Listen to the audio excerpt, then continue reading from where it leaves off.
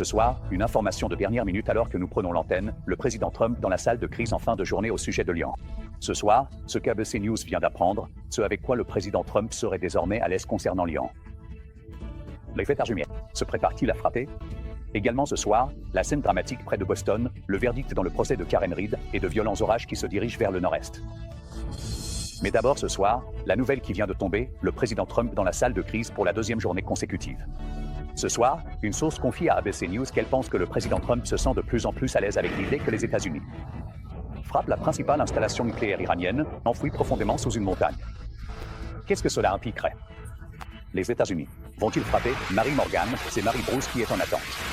Également ce soir, le verdict dans un procès pour meurtre suivi par tout le pays et qui divise une communauté près de Boston. Karen Reed a été déclarée non coupable ce soir du meurtre de son petit ami, un policier de Boston. La scène ce soir devant ce palais de justice est ce qu'a déclaré Karen Reed juste après, et vous l'entendrez. Ce soir, de violents orages menacent Washington, D.C., Philadelphie, New York et le Nord-Est, suivis d'une vague de chaleur extrême. Lee Goldberg nous donne les prévisions météo. Ce soir, la décision majeure de la Cour suprême concernant les soins pour mineurs transgères. Pour la première fois, les juges se prononcent sur une loi d'État interdisant les traitements pour les jeunes transgères. Ce que la Cour a décidé. Ce soir, un tournant majeur avec l'interdiction de TikTok qui doit entrer en vigueur. Demain. De l'ours au boss.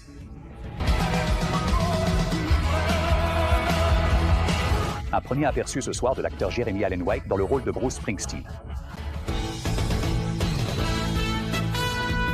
Depuis le siège d'ABC News à New York, voici World News Tonight avec David Muir.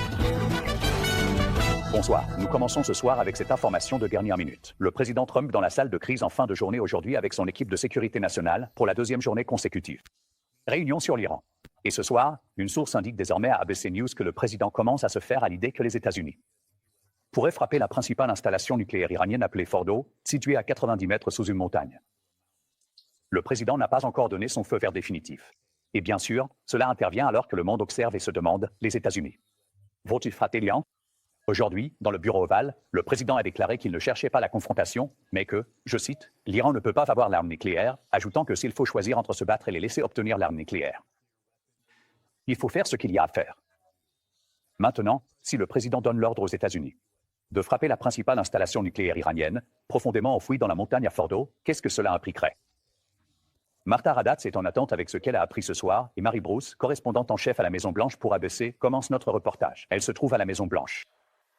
Ce soir, le président Trump réunit son équipe de sécurité nationale dans la salle de crise pour la deuxième journée consécutive. Une source proche des services de renseignement a confié à notre journaliste Martha Raddatz qu'il pense que Trump commence à se faire à l'idée que les États-Unis pourraient frapper la principale installation nucléaire iranienne, appelée Fordo, enfouie à 90 mètres sous une montagne. Par ailleurs, des sources ont indiqué à ABC News que le président a dit à ses principaux conseillers qu'il approuvait les plans d'attaque contre l'Iran, mais qu'il n'a pas encore décidé s'il allait les mettre à exécution. Je pourrais le faire, je pourrais ne pas le faire. Je veux dire, personne ne sait ce que je vais faire. Je peux vous dire ceci, c'est que l'Iran a beaucoup de problèmes.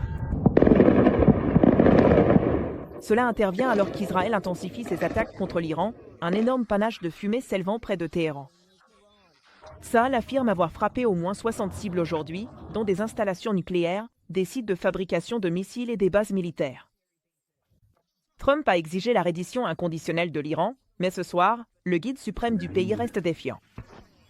Nous n'avons jamais attaqué personne. Se rendre à quoi? L'ayatollah a déclaré que la nation iranienne ne peut pas être soumise. Nous n'accepterons aucune forme de soumission. Bagatelle. Top. Et puis cet avertissement adressé aux États-Unis. Les dégâts que l'Amérique subira si elle intervient militairement dans ce domaine seront sans aucun doute irréparables. L'expert de Tucker Carlson sur l'Iran. Ce soir, le propre parti du président est divisé sur la marche à suivre. Une division pleinement visible lors de cet affrontement entre le sénateur du Texas Ted Cruz, qui soutient une frappe, et Tucker Carlson, qui ne veut pas que l'Amérique s'implique. Au fait, combien de personnes vivent dans les environs? Je ne connais pas la population. Pas du tout. Non, je ne connais pas la population. Tu ne connais pas la population du pays que tu cherches à renverser? Combien de personnes vivent là-bas? 92 millions. D'accord. Ouais. Comment peux-tu ne pas le savoir? Je ne passe pas mon temps à mémoriser des tableaux de population. Eh bien, C'est plutôt pertinent puisque tu appelles au renversement du gouvernement. Aujourd'hui, le président a été interrogé sur son message à l'attention des Américains inquiets au sujet des États-Unis. De s'impliquer dans un autre conflit au Moyen-Orient après ce qu'ils ont vu en Irak et en Afghanistan. Eh bien, je ne veux pas m'appliquer non plus, mais cela fait 20 ans, peut-être plus, que je dis que l'Iran ne peut pas avoir l'arme nucléaire. Je le dis depuis longtemps, et je pense qu'ils étaient à quelques semaines d'en avoir une. L'Iran ne peut pas avoir l'arme nucléaire. Trop de dévastation. Et il s'en servirait. Vous savez, je crois qu'il s'en servirait. D'autres ne l'utiliseraient pas, mais je crois que, oui. La grande décision qui attend Trump ce soir, faut-il larguer une bombe de 30 000 livres, la plus grosse de l'arsenal américain, sur cette installation nucléaire iranienne enfouie à 90 mètres sous cette montagne? Le président, qui lors de son dernier mandat a mis fin à l'accord nucléaire avec l'Iran qui permettait la présence d'inspecteurs nucléaires, n'a cessé d'exhorter l'Iran à négocier la fin de son programme nucléaire. Ce soir, il dit qu'il n'a toujours pas pris de décision quant à savoir si les États-Unis doivent engager l'armée dans le conflit. J'ai des idées sur ce qu'il faut faire, mais je n'ai pas encore pris de décision finale. J'aime prendre la décision finale une seconde avant l'échéance, vous savez, parce que les choses changent, surtout en temps de guerre. Le président garde donc encore espoir de négocier la fin du programme nucléaire iranien. Mais encore une fois, nous avons appris que le président a approuvé des plans d'attaque qui lui ont été présentés. En résumé ce soir, David, le président Trump n'a pas encore pris de décision finale quant à savoir si les États-Unis vont frapper l'Iran. David. Oui. Il semble avoir approuvé le plan, mais sans donner l'ordre. C'est une distinction importante ici. Marie Bruce pour commencer cette édition. Merci, Marie. Passons tout de suite à notre correspondante en chef aux affaires internationales, Martha Raddax. Martha, c'est votre reportage de la fin de journée. Selon votre source, le président Trump se sentirait de plus en plus à l'aise avec l'idée de frapper la principale installation nucléaire iranienne, profondément enfouie dans la montagne, à Fordow. Nous et moi avons déjà fait des reportages de Fulham. Qu'est-ce que cela impliquerait? Quelle serait l'ampleur d'une telle action pour les États-Unis? S'ils s'appliquaient potentiellement à ce niveau? Eh bien, David, on me dit que si l'ordre final est donné par le président Trump, il ne s'agirait pas d'une seule frappe sur le site de Fordow. Il s'agirait d'une série de frappes avec des bombes pénétrantes de 13 600 kg larguées par des bombardiers furtifs B-2. Cela intervient alors que les Israéliens ont découvert des défenses aériennes supplémentaires en Iran. Ils pensaient, jusqu'à hier, les avoir toutes neutralisées, mais ils ont découvert qu'il y en avait d'autres. Cela ajoute donc un élément de danger. Le président Trump a également été informé sur la sécurité des bases américaines. Bases dans la région. C'est 40 000 soldats américains qui seraient vulnérables si les États-Unis menaient la frappe sur Fordow et que l'Iran ripostait. David. Oui, une inquiétude majeure pour les dizaines de milliers de soldats présents dans la région. Martha Raddatz est également avec nous ce soir. Merci, Martha. En attendant, nous passons à une autre actualité ce soir, le procès pour meurtre suivi par tout le pays, un jury ayant déclaré Karen Reed non coupable du meurtre de son petit ami, officier de police à Boston. Des acclamations retentissantes lorsque Karen Reed a quitté le tribunal aujourd'hui, s'avançant vers un micro, ce qu'elle avait à dire entourée de ses soutiens, des centaines d'entre eux remplissant les rues devant le tribunal. Regardez ces images, la liesse après l'annonce du verdict dans une communauté divisée par cette affaire. Martha Gupin était justement sur place au tribunal. Ce soir, ce verdict est stupéfiant. Non coupable, un jury du Massachusetts a déclaré Karen Reed non coupable de meurtre au second degré, d'homicide involontaire et d'avoir quitté les lieux dans la mort de son petit ami, l'officier de police de Boston John O'Keefe. Qu'est-ce qui sauve l'accusé à la barre? Non coupable ou coupable? Non coupable. Je vais vous le dire, monsieur le président du jury. Lorsque la nouvelle du verdict est parvenue au soutien de Reed à l'extérieur de la salle d'audience, les acclamations étaient si fortes qu'on pouvait les entendre à l'intérieur du tribunal. L'ancienne professeure adjointe a été reconnue coupable d'une seule infraction mineure de conduite en état d'ivresse et condamnée à 1 an de probation. En ce moment, vous pouvez entendre les acclamations de la foule juste là. Alan Jackson, Karen Reed dans ce tailleur bleu clair, sortant du palais de justice. Reed remercie cette foule de soutien, dans une mer de rose, sa couleur préférée. Je ne pourrais pas être ici sans ces incroyables soutiens qui m'ont soutenu, moi et mon équipe. Financièrement, et plus important encore, émotionnellement, pendant presque 4 ans. Et la deuxième chose que je veux dire, c'est que personne n'a lutté plus ardemment pour la justice pour John O'Keefe que moi et mon équipe. Les procureurs ont soutenu qu'il s'agissait d'une affaire simple, affirmant que Reed avait percuté O'Keefe avec son SUV après une nuit de beuverie et l'avait laissé mourir dans une tempête de neige devant une fête où se trouvaient d'autres membres des forces de l'ordre. Elle était ivre. Elle l'a percuté. Et elle l'a laissé mourir. Et ils ont essayé d'utiliser les propres paroles de Reed, tirées d'interviews télévisées, contre elle. Quand vous êtes sorti du bar, combien de verres aviez-vous bu?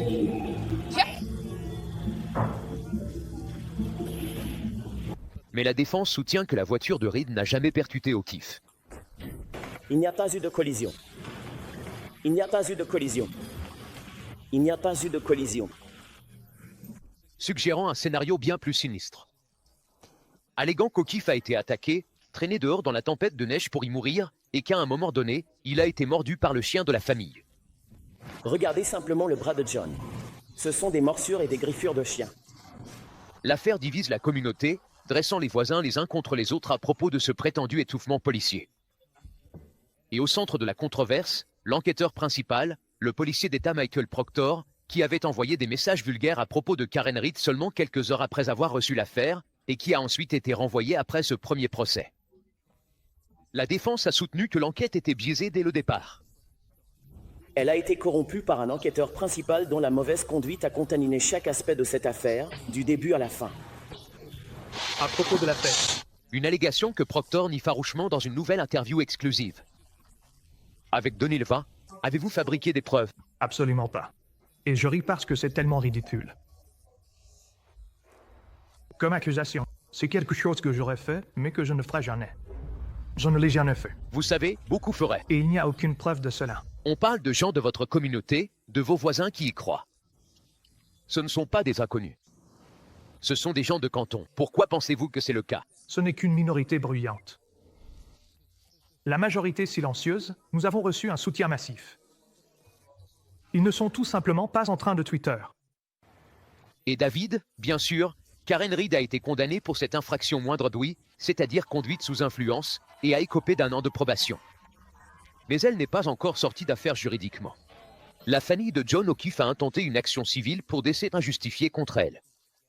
Et je leur ai parlé plus tôt aujourd'hui. Ils disent qu'ils sont résilients et qu'ils continueront à se battre. David. Martha Gutman, en direct de Dedham ce soir. Merci Martha. Et ce soir, Martha, nous aurons bien plus dans une édition spéciale de 20/20. Karen Reed, le verdict. Des détails de dernière minute, de nouveaux reportages sur cette affaire et bien sur les réactions. Des interviews exclusives, c'est à 20h.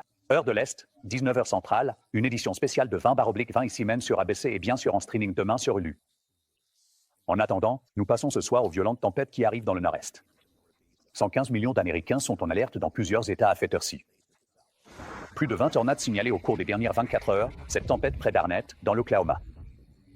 Une tornade signalée a endommagé et détruit des maisons dans le nord-ouest de l'Arkansas, juste ici. La menace se déplace maintenant vers le nord-est et juste derrière, la chaleur extrême arrive. Lee Goldberg nous donne les prévisions et Morgan Norwood d'ABC nous montre déjà les images qui arrivent ce soir. Ce soir, des tempêtes dangereuses frappent le centre du pays alors qu'elles se dirigent vers la côte est. Vous entendez? À l'ouest de Springfield, dans l'Illinois, à Jacksonville, Derek Sturtevant filme alors qu'un immense entonnoir se forme près du parc des expositions, projetant des débris dans les airs. Ce complexe sportif tout proche a été gravement endommagé. Un autre entonnoir a été aperçu à Petersburg.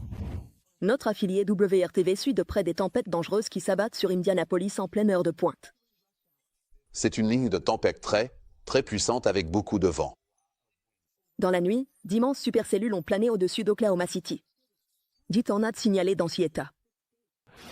Avec des vents atteignant 130 km/h et des inondations soudaines dans certaines régions du Kansas, la ligne d'horizon de Chicago a été illuminée par un triple éclair.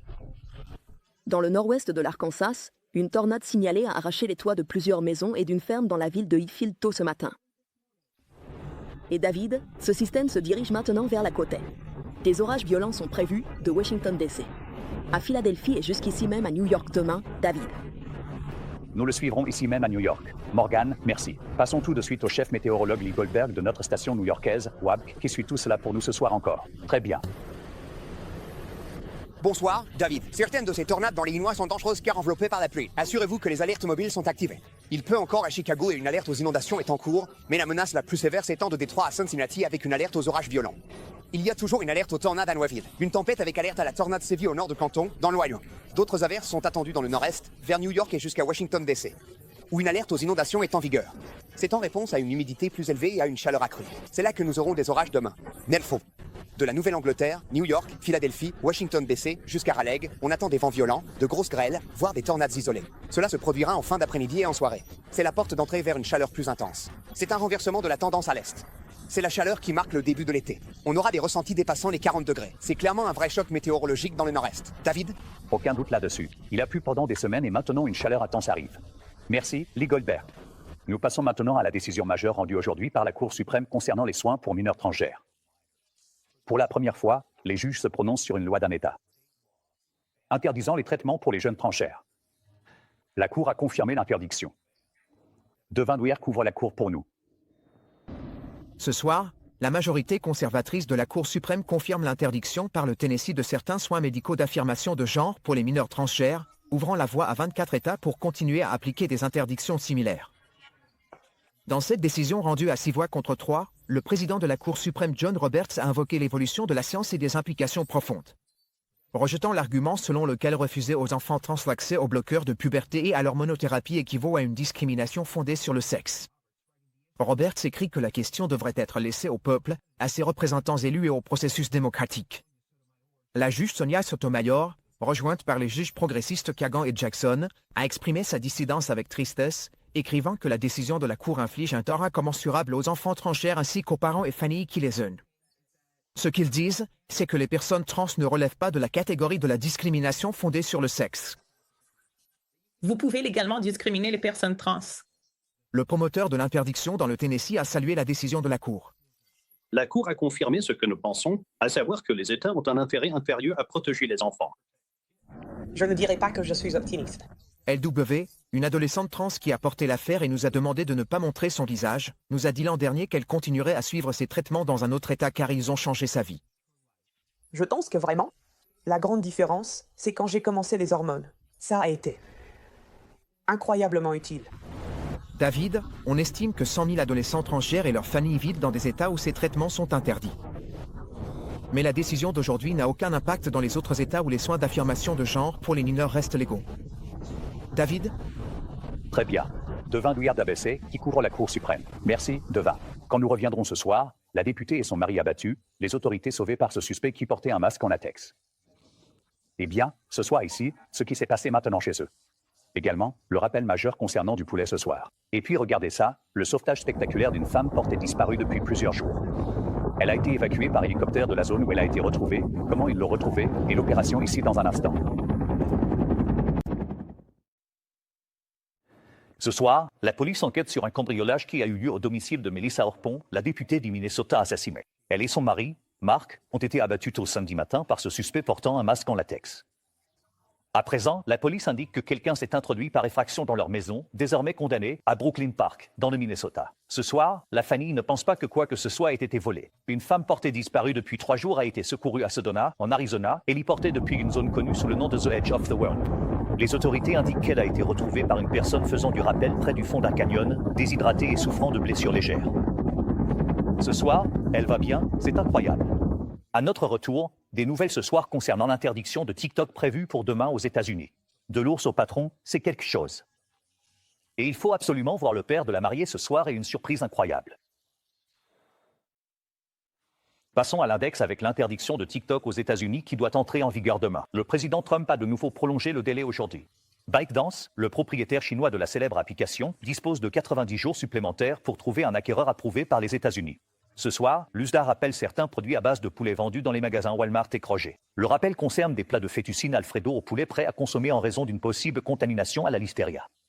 Au moins 3 personnes sont décédées et 17 ont été malades dans 13 États. Étiquetés Market Side chez Walmart et Home Chef chez Kroger, ces produits doivent être jetés ou rapportés en magasin. De l'ours au patron, le nouveau film sur Bruce Springsteen avec Jeremy Allen White dans le rôle principal. Comme nous, peut-être que nous sommes nés pour courir. White chante dans le film, incarnant Springsteen dans les années 80. Springsteen, de l'IV Maître From Nowhere, est prévu pour octobre. Quand nous reviendrons ici ce soir, le père de la mariée qui n'avait aucune idée de ce qu'ils avaient retrouvé après des décennies, et vous verrez le moment où il réalise ce qui a été découvert. ABC World News Tonight avec David Nuire, sponsorisé par Vivgar Hydrulo et Vivgar. Enfin ce soir, le père de la mariée. La mérite forte. Ce soir, à Bowling Green, dans le Kentucky, une surprise incroyable, un cadeau d'une fille à son père le jour de son mariage. Regan Miller a descendu l'allée au bras de son père, Dal. Elle allait bientôt épouser Alex Kern, puis, après la cérémonie, la danse perchée.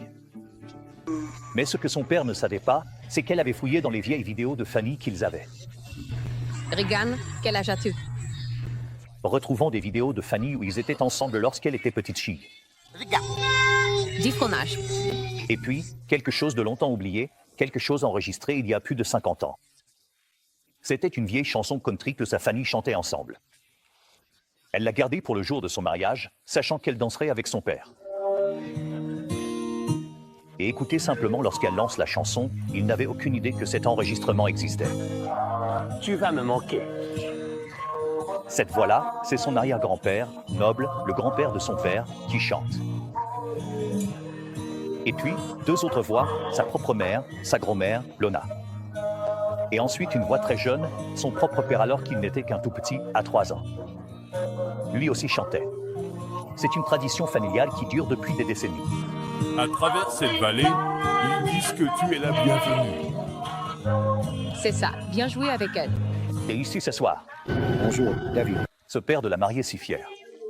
Les gens vont commencer à, peut-être enregistrer ces moments spéciaux, aujourd'hui et se rendre compte à quel point ils seront précieux dans quelques années.